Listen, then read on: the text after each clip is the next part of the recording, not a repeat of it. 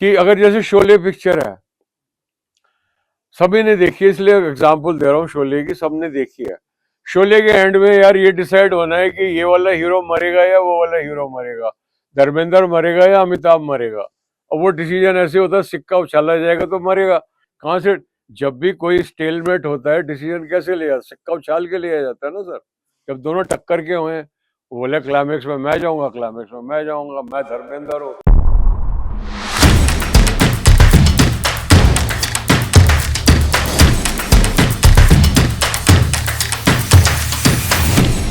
And सबसे पहले कि एक हिट पिक्चर बनाने के लिए आइडिया का आना बहुत आसान है कि यार ऐसे करके एक आइडिया मेरे पास है, लेकिन आइडिया कंक्लूड कैसे हो रहा है? जब तक आपके पास में कंक्लूजन नहीं होएगा, तब तक आप एक क्लैरिटी ऑफ थॉट नहीं होएगा। अगर एक बात बताओ कि अगर जैसे शोले पिक्चर है, सभी ने देखी है, इसलिए एग्जांपल दे रहा हूँ शोले की, सबने देखी है। शोले के एंड में यार ये डिसाइड होना है कि ये वाला हीरो मरेगा या वो वाला हीरो मरेगा, धर्मेंद्र मरेगा या अमिताभ मरेगा। और वो डिसीजन ऐसे होता है, सिक्का उछाला जाएगा तो मरेगा, वरना तो दोनों एक दूसरे के ये दोस्ती हम नहीं तोड़ेंगे। वो कहेगा मैं जाऊंगा, मैं जाऊंगा, मैं जाऊंगा, मैं जाऊंगा, पिक्चर वहीं पे अटकी रह जाएगी, आगे कहाँ से बढ़ेगी? कहाँ से? जब भी कोई स्टेलमेट होता है, डिसीजन कैसे लिया? सिक्का उछाल के लिया जाता है ना सर। जब दोनों टक्कर के हुए, वो बोले क्लाइमेक्स में मैं जाऊंगा, क्लाइमेक्स में मैं जाऊंगा, मैं धर्मेंद्र हूँ। तो उन्होंने कहा यार सिक्का उछालेंगे।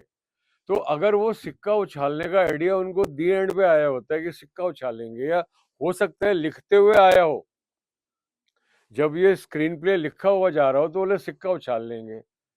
तो जब आया यार सिक्का आ गया, अब इसे वाइटल इंफॉर्मेशन, तो सिक्का कहाँ से आया? सीन नंबर 8 से चालू हो गया। Once you know the end, then you start planting your this thing in earlier वरना आप कैसे करोगे? अगर आप ऐसे चला रहे हो, पिक्चर बनाते हो, एंड में आप देखो आइडिया आया सिक्का उछालेंगे, और लास्ट सीन में सिक्का उछल गया और उस पर कुछ प्ले ही नहीं हुआ। अब सिक्का कब से उछल रहा है? जब संजीव कुमार ने इनको बचाया था, जो वो ट्रेन चली थी, इसको छोड़ के जाए कि नहीं छोड़ के जाए, तब सिक्का उछला था। फिर बाद में फिर उछला था। तो जब आखिरी बार उछलता है और हर बार वो जीत रहा था, हेड्स यू विन और टेल, और फिर एंड में ये जब उसको दिखाई देता है कि दोनों साइड हेड है, तो वो डबल प्ले हो गया उसके ऊपर। Therefore you must know your story right till the last frame. Last frame, the last frame of your picture, जिसपे दी एंड लिखा हुआ आता है, that is not an event, that is the end of a long process called the culmination, the conclusion. Film के 3 हिस्से होते हैं। कितने होते हैं? हाँ, एक्ट से कर लो, ड्रामे से कर लो, चलेगा, लेकिन ड्रामा तो 5 एक्ट भी हो सकता है। तो वो भूल जाओ। हमारे फिल्म के ना 3 खंड होते हैं। सबसे पहला खंड होता है जिसके अंदर आप ऑडियंस को, चाहे कितनी भी समझदार हो, ऑडियंस चाहे कितनी भी न्यूक्लियर साइंटिस्ट की बैठ के पिक्चर देख रही है और न्यूक्लियर साइंस पे पिक्चर बन रही है, लेकिन the audience will expect you to spoon feed them. You can not take anything for granted कि इसको तो पता ही होएगा। ऑडियंस को उतना ही पता है जितना आप बता रहे हो, उससे ज्यादा नहीं पता ऑडियंस को। तो सबसे पहले आप ऑडियंस को ये बताते हो ये कहानी कहाँ की है, कब की है। हो सकता है पीरियड की हो, सन 42 की हो। तो कहानी कब की है, कहाँ की है, कहानी का प्रोटैगनिस्ट कौन है, कहानी का मुख्य पात्र कौन है, मुख्य पात्र का होना क्यों जरूरी है?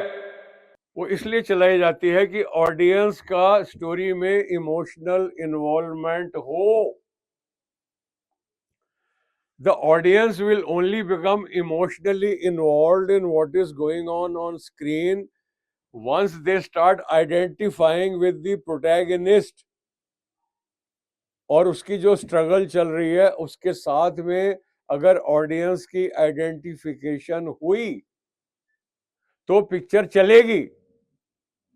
वरना कोई भी हीरो ले आओ, शाहरुख, सलमान, ये अगर जो करेक्टर वो प्ले कर रहा है उसके साथ अगर ऑडियंस की 10 मिनट के अंदर आइडेंटिफिकेशन नहीं हुई तो उस पिक्चर को फ्लॉप होने से कोई नहीं रोक सकता।